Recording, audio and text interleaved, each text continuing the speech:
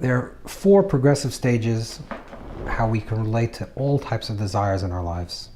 We're going to use an image of food, but food is just one example.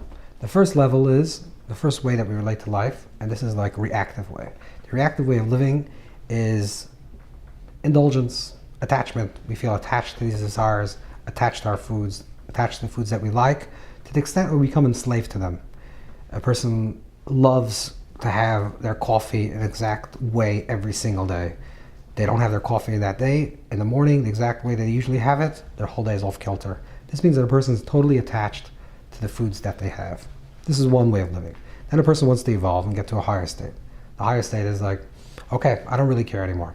Doesn't really matter if I have my coffee this way, have my coffee the other way, nothing really matters. So your person elevates himself to the state where it says, I'm not attached any longer to things that are outside of me in order to create my equilibrium.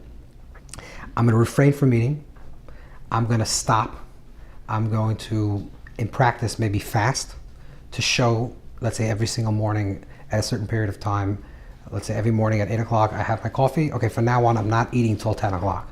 What that's really showing is that you're the bigger person. You're higher than that.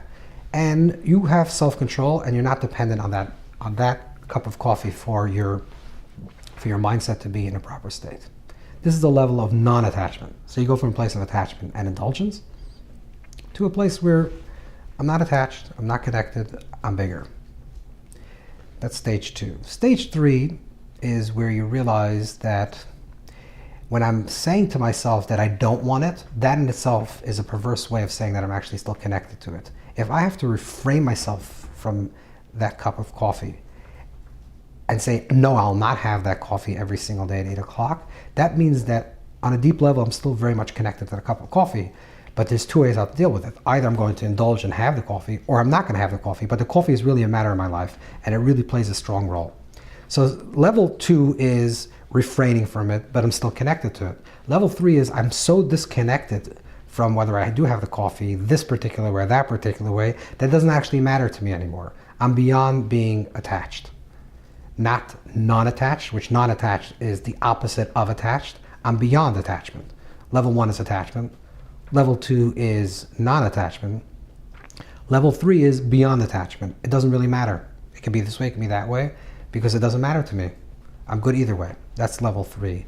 Level 4 is the recognition that every single thing in this world that has a particular quality to it, if I'm attracted to certain foods because it tastes good, there's a reason for that. There's a soul, spiritual reason for my soul that it's connected to that particular type of coffee. If I like that taste in food, if you like sweet foods, or another person likes sour foods, another person likes savory foods, every single taste that is connected to us is what we like. If I feel connected to it, not because I'm enslaved to it, not because I have to have it, but I recognize that there's a spiritual reason for me to do that. There's a spiritual reason for me to eat those foods and connect to those foods. And I recognize that where is the specific quality, the divine spiritual quality of that food, where does that specifically rest? In the taste of that food. So I'm going to connect to that taste and recognize that the taste comes from the Creator, and thank Hashem and thank God for all the beautiful tastes that He created in this world for me to enjoy.